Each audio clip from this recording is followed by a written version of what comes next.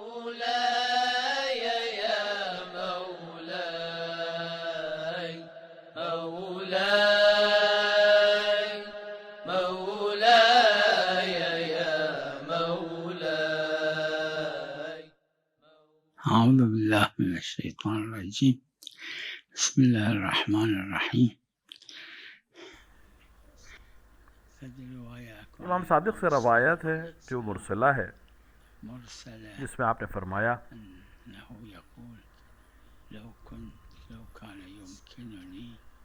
اگر کہ میرے بس میں ہوتا تو میں کربلا میں رہتا.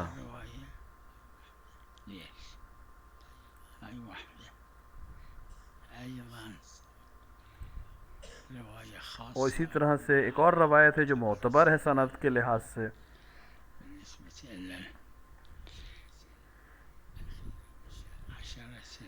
کہ رمضان کے آخری عشرے میں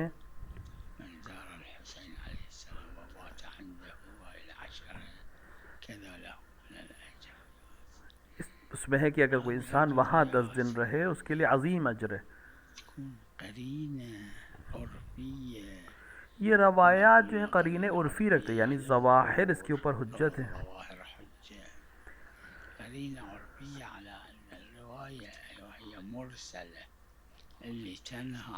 یہ روایات آ کر ہمیں روشن کرتی ہیں کہ جو روایات الگ سے مرسلہ ہیں جو آ کر کربلا میں رکنے کو یا ٹھہرنے کو منع کرتی ہیں، وہ تقیہ کی عالم میں ہے.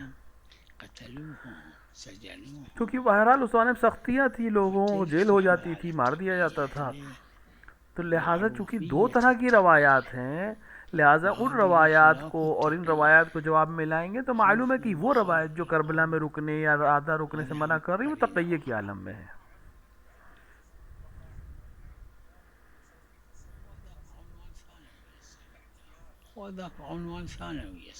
نہیں، وہ دیکھیے وہ دوسرا عنوان ہوگا. عنوان ثانوی کے حکم اللہ پہ عنوان اولا کیا کربلا میں رکنا محبوب ہے؟ ہاں محبوب ہے، پسند ہے.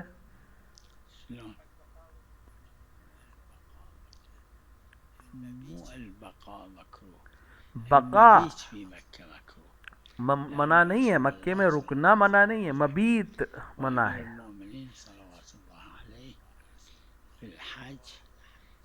رسول نے صرف ایک بار حج کیا ہجرت کے بعد، اور امیر مومنین نے کئی مرتبہ حج کیا.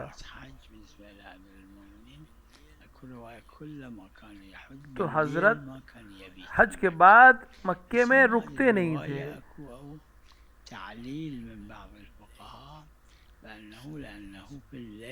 اس کی شاید وجہ یہ کہ علماء نے کہ حضرت رات میں نکلے تھے روتے ہوئے مکے سے.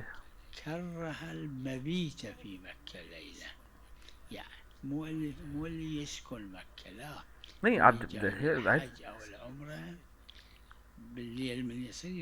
مبیت یعنی رات میں سونا مکے میں، یعنی جب حج کے لیے جاتے تھے امیر المومنین یا دیگر تو ہم مکے کے باہر سوتے تھے رات میں.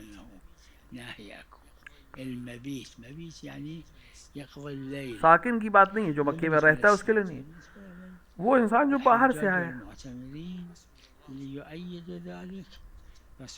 کیونکہ رسول اکرم نے حجۃ الوداع میں اور امیر المومنین نے باقی حجوں میں جب بھی حج کر لیتے تھے، جب رات آتی تھی تو وہ مکے سے باہر چلے جاتے تھے.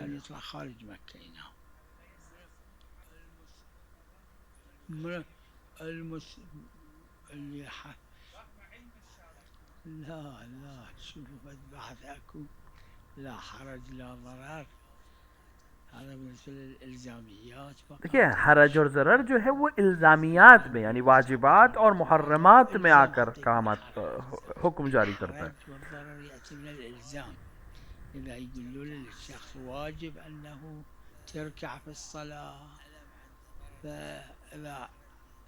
اگر انسان کو معلوم ہو جائے کہ اس کے لیے نماز میں باقی رکھنا اس کے جان کے لیے بہت عظیم نقصان کا سبب ہے تو نماز توڑ سکتا ہے.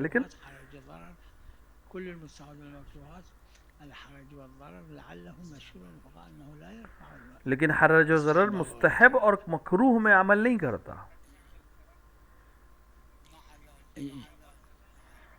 مع ذلك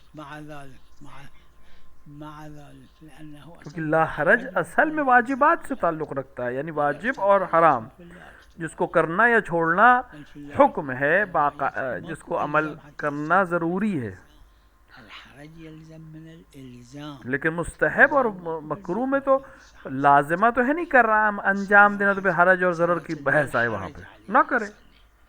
حتى ضيق نفس عنده، حتى في كل مكان كل ركعة فالتسبيحات 4 يقرأ، يصير تبع الاستحباب له.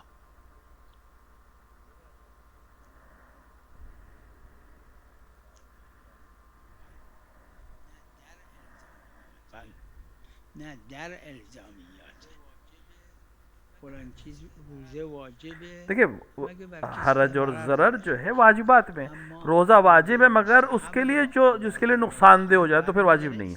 لیکن مستحب اور مکروہ میں یعنی مستحب لا ضرر اور لا ضرار کی بحث ہی نہیں ہے، حرجی شد مستحب نیست، ناچرا مستحب. کیونکہ استحباب یا مکروہ جو ہے وہ آ کر پابند نہیں کرتا کسی کو، نہ کرے. در واجب وہ یہ بحث دیگه است کہ آیا لا ضرر ایک وہ ایک الگ بحث ہے کہ لا حرج اور لا ضرر جو ہے وہ صاحب عروہ در صوم فرموده عزیمت رخصت ہے یا عزیمت ہے. رخصت کا مطلب اجازت ہے خالی، عزیمت کا مطلب نہیں کرنا ہے. برداشتم همینه که نه لا ضرر لا حرج اگر یک ضرری باشه که حرام تحمل، یعنی ایک ضرر ایسا ہے کہ اس کو تحمل کرنا موت کا سبب بن جائے گا، بہت زیادہ نقصان کا سبب بن جائے گا، تلف یک عضو یا قوه میشه، یا عظیم مرض کا سبب بن جائے گا جس کا سبب جس کا تحمل کرنا جائز نہیں ہے، حرام یا عظیمت ہے. اینجا عزیمت. اما در غیر اینجا اضراری که یجوز تحملها، حرجی که یجوز تحملها، این آیا عزیمت نه لا ضرر تو لا ضرر و لا حرج جو رخصت ہے.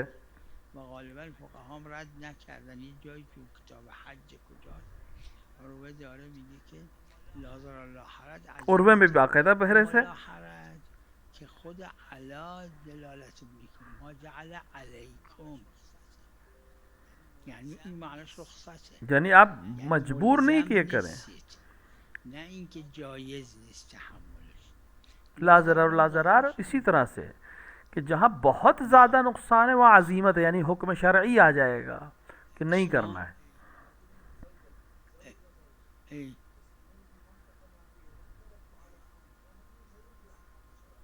ای ای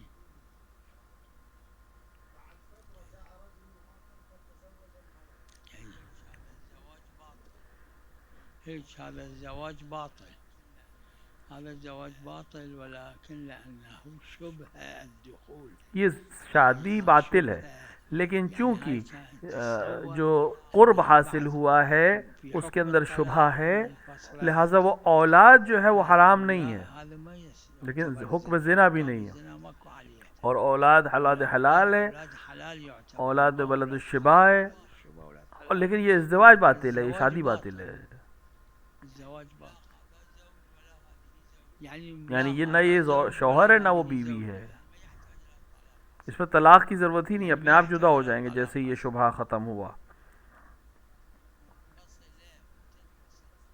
منفصلة مو تنفصل، مو محكومة بأنها زوجة له بالنسبة للثاني، لأنه کیونکہ بغیر طلاق کے پہلے شوہر کو نہیں چھوڑ سکتی تھی، انفصال میں حتى لو چاہے ایک دوسرے کے ساتھ 10 سال سے نہ رہے. طلاق ضروری ہے، چونکہ طلاق نہیں لی تھی لہذا دوسرا عقد باطل ہے. زوجة للأول.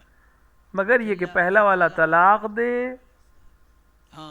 مسألة الرجوع على الثاني أنه إذا جاه الأكو ودخول صار المعروف بين الفقهاء أنه حرمة أبدية. البتہ بعض علماء کے نزدیک یہ ہے کہ یہ چونکہ دخول ہوا ہے دوسری شادی میں لہذا حرمت ابدی آ جائے گی. میری نظر میں احتیاط واجب ہے، حرمة أبدية ماكو، لہذا پہلے والا طلاق دے، عدہ طلاق رکھے، تأخذ عدة اس کے بعد بعد ذلك ترجع ایک إلى کسی إلى ایسے مقلد إلى مثلي فقیہ جامع شرائط کے پاس جائے جو فتویٰ دیتا ہو حرمة أبدية کہ وہ دوسرے سے شادی کر سکتی ہے، تتزوج من الثاني وإلا جو مشہور ہے فتویٰ ابدیت کی حرمت ابدی میں، وہ دوسرے شخص کے پاس بھی یعنی دوسرے شوہر کے پاس بھی نہیں لوٹ سکتی. هذا يرجع إلى مرجع تقليده عند فتوى أو عند احتياط وجوبي، یعنی وہ اپنے مرجع تقلید سے رجوع کرے یا ایسے مرجع تقلید سے رجوع کرے جو اس طرح کے مسئلے میں رجوع کو جائز سمجھتا ہو. بعد یادم نی روایت داره یا بعضی فقها گفتن، چون روایت داره شبی که امیرالمؤمنین علیه السلام خوابیدن به جای پیغمبر و پیغمبر دیکھیں مجھے یاد نہیں کہ یہ روایت میں ہے یا علماء نے بیان کیا کہ جس رات شب ہجرت امیر المومنین یہ نگاہ به مکه کردن، اشک پیغمبر کی جگہ سو گئے اور پیغمبر نے ہجرت کی. پیغمبر جب مکے سے نکلے تو آپ کی آنکھ سے آنسو نکلا. همونجا تو روایت پیغمبر بالاخره بشر ہیں، جبرائیل نازل شد بر پیغمبر، کیونکہ پیغمبر کو غم آیا لہٰذا جبرائیل نازل ہوئے. گریه پیغمبر برای خدا مسئله تو خدا کے لیے اہم تھا کہ پیغمبر کی آنکھ سے جاری ہوا ہے کہ آپ آنکھ جاری از این روتے ہوئے اس شہر سے گئے تو جبرائیل نازل ہوئے اور اس آیت کو نازل شد اون آیه رو کہ آپ مسجد الحرام میں انشاءاللہ داخل ہوں گے، آپ واپس آئیں گے. یا رسول اللہ برمیگردیم، آپ خوف کے عالم میں نکل رہے ہیں لیکن آپ چیت کر داخل ہوں گے مکے میں. امن امان برمیگردیم. بعض حالا یا روایت داره نمیدونم یا بعضی فقها فرمودن چون پیغمبر خدا شب با چونکہ بعض نے کہا ہے، رفتن خدا غضب کرد بر اینکه کسی که بعض علماء نے کہا ہے کہ شب تو مکه بودن، چونکہ پیغمبر نے پیغمبر خدا حج که اومده رات میں نکلے تھے اور رو رہے تھے، لہٰذا وہ لوگ جو حج پر آئے بعد میں انہوں نے کہا کہ رات مبیت در فتح مکه، حج کے بعد نہیں. اما این چند روزی که بودن شبهاش میرفتن بیرون یعنی یہ مکه، خارج شهر، براشون خیمه مکے میں رات نہیں گزارتے تھے پیغمبر کے اس گریے کی وجہ سے. یہ البتہ یہ پیغمبر کے لیے اور ائمہ کے لیے، باقی لوگوں کے لیے نہیں ہے. تشریف بردن. روایت داره هر بار امیرالمومنین حج یعنی رات میں مکے میں نہیں رہتے شبها تھے، تو مکه نمیموندن، میرفتن بیرون. مبیت جسے کہتے ہیں، رات گزارنا، مکے سے باہر رات گزارتے تھے. همین مال ایام تقیه بوده، چون میکشتن یہ روایت تقیہ کے زمانے کی، کیونکہ بالاخره اس زمانے میں قتل کر رہے تھے، بند لوگوں کو جیل بھیج رہے تھے.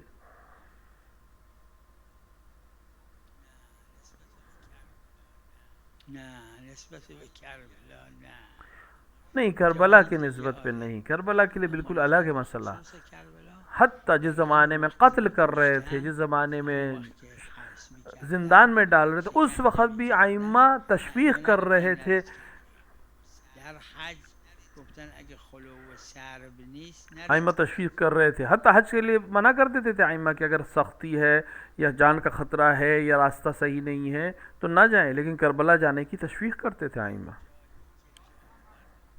در جایی که جان مردم در خطر بود جہاں پر لوگوں کی جان کو خطرہ تھا وہاں امام باقر، کاظم، امام جواد علیہ السلام، امام ہادی علیہ السلام، امام هادی، سب کے زمانے تمام اینها کے زمانے میں کربلا میں اٹھنا بہت خطرناک تھا. مگر یہ فترهای کوتاهی که هم تاریخ داره هم روایات داره. بہت تھوڑا سا وقت تھا جب امان تھا کربلا، وإلا کسی امام نے منع نہیں کیا.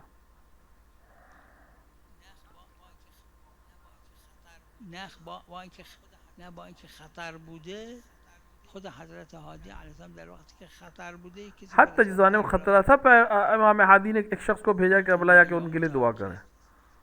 نه کربلا ظاهرا استثناست. این را علامہ امینی نے رضوان اللہ علیہ در کامل الزیارات کے حواشیے میں زیارات مفصل ترین مرحوم علامه امینی 900 سال قبل کامل الزیارات را در نجف اشرف چاپ کردیشون. وقت بعضی روایات علامہ امینی نے ایسے تقریباً 90 سال پہلے، 100 سال پہلے نجف سے کامل الزیارات دوبارہ چھاپی. اس میں کچھ روایات میں آپ نے حاشیہ لگایا که با خطر بودن اور ان میں ان روایات کی طرف اشارہ کیا کہ حتیٰ خطرے کے باوجود ائمہ نے کربلا کی زیارت سے منع نہیں فرمایا. این اینجا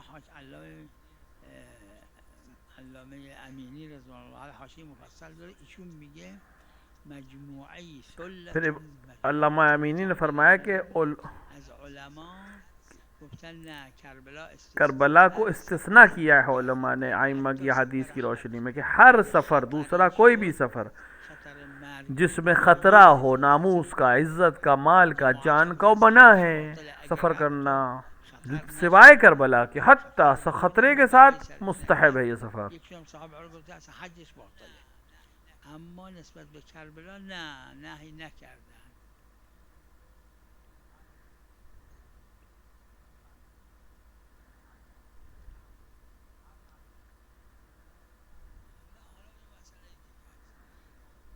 حالا یه مسئله دیگه است، حالا یه مسئله دیگه است. مسئله اینه کسی وہ دوسرا مسئلہ ہے. میره حج اگه خطر بود یہ حرام رفتنش حج. فرق یہ ہے کہ جیسے حج پہ جا رہا ہے اسے معلوم ہے حرام نیست رفتنش کہ اگر وہ حج پہ جائے گا تو اس کو خطرہ ہے تو اس کے لیے حرام ہے حج پہ جانا، لیکن کربلا میں اگر اس کو معلوم ہے کہ خطرہ ہے، جان جا سکتی، تب بھی حرام نہیں ہے سفر کرنا. اونی که علامه امینی رضوان الله علیه چاپ کردن و حاشیه کردن یه مفصل ترین حاشیه در این روایات دارن. سلام علیکم، ببخشید یه لحظه. نعم ها لا يبقى للعبادة بدل منها ما يخالف، اما هو مكروه ما يخالف. المكروه للعبادة نہ اگر منا کے عوض میں آ کر مکے میں عبادت کر رہا ہے حرم میں جائز ہے، عبادت مکروہ نہیں ہے. العبادة مو مكروهة، لا السيد يقول ترتفع الكراهة كراهة المبيت للعبادة، کیونکہ کراہت میں اور اس میں کوئی حرج نہیں ہے، مبیت الگ حکم. المبيت مكروه. مبيت يعني بالليل يبقى هناك ما ينام او يسعى بين الصفا والمروه او مبیت کا مطلب ہے بکے رات گزارنا. اب اگر بکے میں مبیت کر رہا ہے، چاہے دعا پڑھ رہا ہو، چاہے صفا و مروہ کے درمیان صحیح کر رہا ہو، چاہے حرم میں نماز پڑھ رہا ہو، مبیت کے حکم میں رہے گا. وہ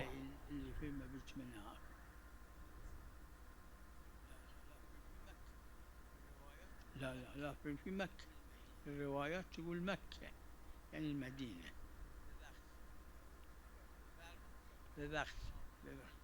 بفرما سلام عليكم.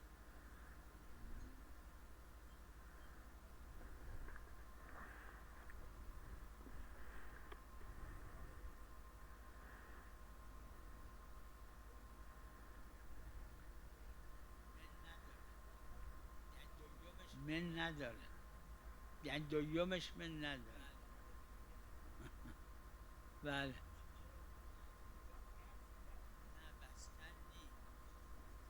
نه بستن نی. غمز کا کیا مطلب کیا ہے؟ غمز یعنی چشم است، غمز جس میں میم ہے. با میم. اما غض یعنی آنکھوں کو نیچے کرنا. ایک دفعہ ایک انسان اپنی آنکھ کو بند کرتا ہے، ایک دفعہ انسان کی آنکھ کھلی لیکن نیچے دیکھتا ہے، سامنے نہیں دیکھتا ہے. ان دونوں میں فرق ہے.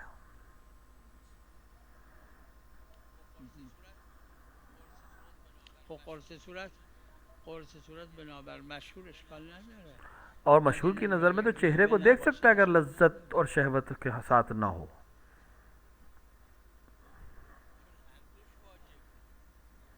چون هر دوش واجبه، یعنی ببینید جایز نیست نگاه شهوت بکنه. دیکھیں دونوں جائز ہیں، نہ مرد کے لیے جائز ہے کہ عورت کی طرف غیر اون مقداری که استثنا شده، نه مرد بزن غیر بچه بغیر لذت کے ساتھ نگاہ نہ کرے، نہ عورت مرد کو لذت کے ساتھ نگاہ کرے.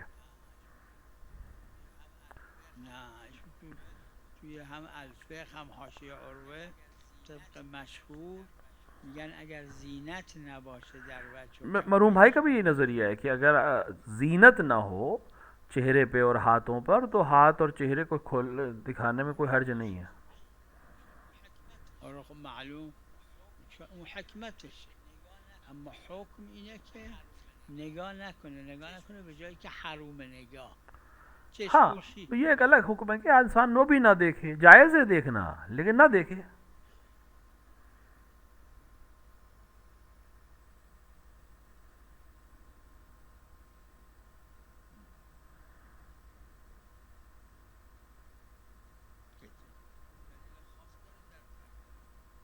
دلیل خاص داره در کربلا، دلیل خاص داره، دلیل خاصش همینه.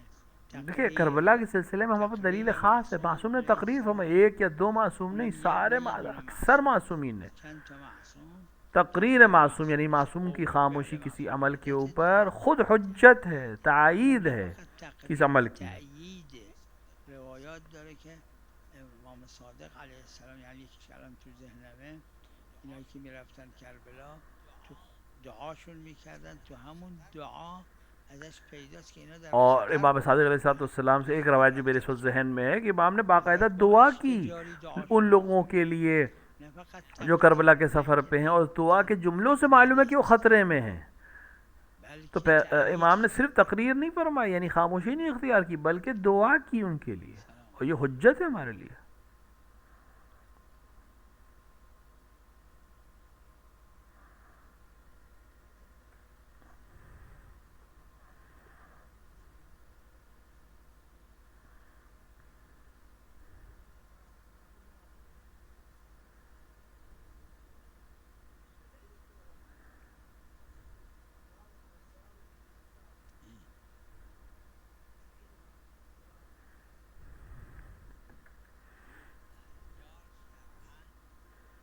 الجار شرعاً روایات میں ہے کہ 40 گھر تک پڑوسی کا حکم ہے. جہاں آپ کا گھر ہے بيتك وين انت دارك الى 40 دار فاصل تو 40 گھر تک آپ کے گھر سے الجار شرعاً پڑوسی کے حکم میں ہے. بالجار، يعني كل المدينة. زهراء صلوات الله عليها كانت تعيش في اور المدينة. اس سے سمجھ میں آتا ہے کہ اس زمانے کا تو پورا مدینہ، کیونکہ جناب زہرا سلام اللہ علیہ کتنا، جس وقت مدینہ رہتی کتنا لوگ تھے وہاں، 6000 اليوم قرية. ایک چھوٹا سا گاؤں تھا. اشغال نداره، عیبی نداره، لا اقتضائیات. بالنتیجه عامی که توی کتب شیعه نقل شده باشه قاعده تسامح میگیرتش، مثل روایاتی که از انس و از ابو هریره و از دیکھیے بہت سے عامی راویوں کی حدیث ہماری کتابوں میں موجود ہے. میگیرتش. بله اونی که تو کتب غیر شیعه وارد شده از عامه، بله قاعده تسامح منصرف ازشه که اینو متعرض هستن. یعنی تو کتب شیعه نقل شده باشه. دیکھیے واجبات پہ تو عمل ضروری نہیں ہے. ہاں کتب شیعہ میں نقل ہوئی ہے اگر روایت عامہ کی روایت تو وہ لا اقتضایات مستحبات وغیرہ میں کام کر سکتے. کتب عامه را بلغه لغتا میگیره، اما گفتن منصرف ازشه.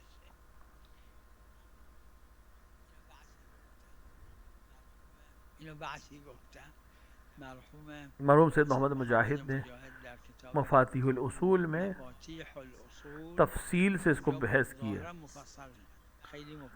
20 یا اس سے زیادہ فرع نقل کی ہے، فروعات کو نقل کیا ہے اس مسئلے کے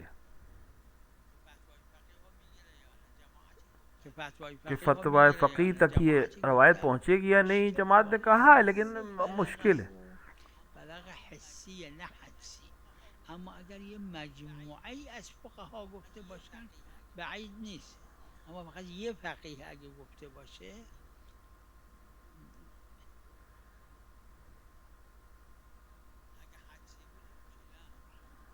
اگه حدسی بود چی نه. من بلغہ حسی میں ہے، حدس نہیں یعنی گمان نہیں، حس کے ذریعے سے. ہاں اگر اکثر فقہا کہہ دیں، ایک جماعت بڑی جماعت کہے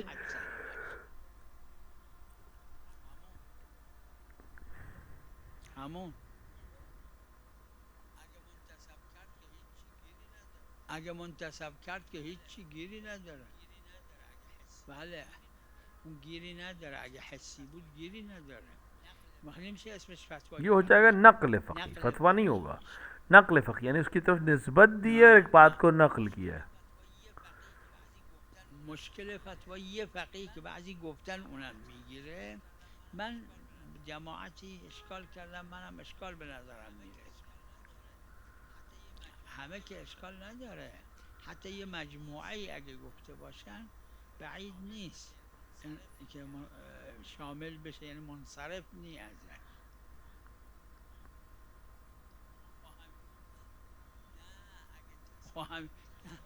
نه اگه دیکھیں اگر تسالم فقہا ہو جائے تو پھر تو اس میں اشکال ہی نہیں ہے، لیکن اگر بعض علماء قائل ہیں، اکثر علماء قائل نہیں ہیں، تو پھر ہم اس پہ عمل نہیں کر سکتے. شاید ان کے پاس روایت پہنچی، ہم پاس نہیں پہنچی، تو ہم ہمارے لیے کافی نہیں ہے، حجت نہیں ہے، ہمارے لیے دلیل نہیں ہے. یا به ما رسیده باشه میشه حس، گیری نداره. اما اگر روایت به ما نرسیده باشه، حالا آیا اونا دیدن یا ندیدن، میشه حدس.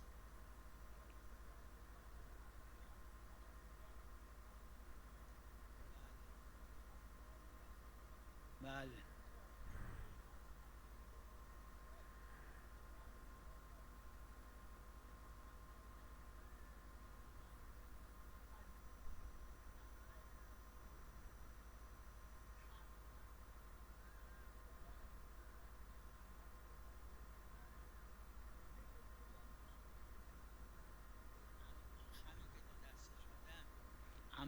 همین که دو دسته شدن. یہ جو آپ نے کہا کہ دو قسم کے علماء ہو گئے، یعنی دو حصوں میں ہو گئے، لیکن 90% علماء نے اس قول کو قبول نہیں کیا ہے، لہٰذا ہم ان 10% کی بات کو نہیں قبول کریں گے. قبول ندارن بزرگ، اونا 90% هستن.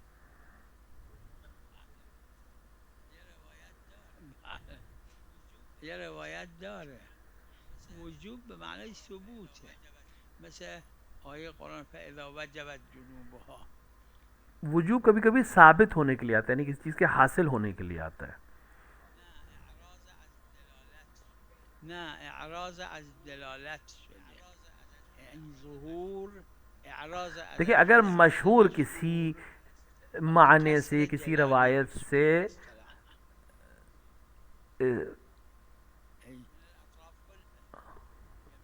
من الاطراف كلها اعراض کریں، عمل نہ کریں، وہ قبول نہیں. ہاں وہ جو آپ پوچھ رہے ہیں پڑوسی صلی اللہ علیہ وسلم، نہیں، چاروں طرف 40 گھر. نعم.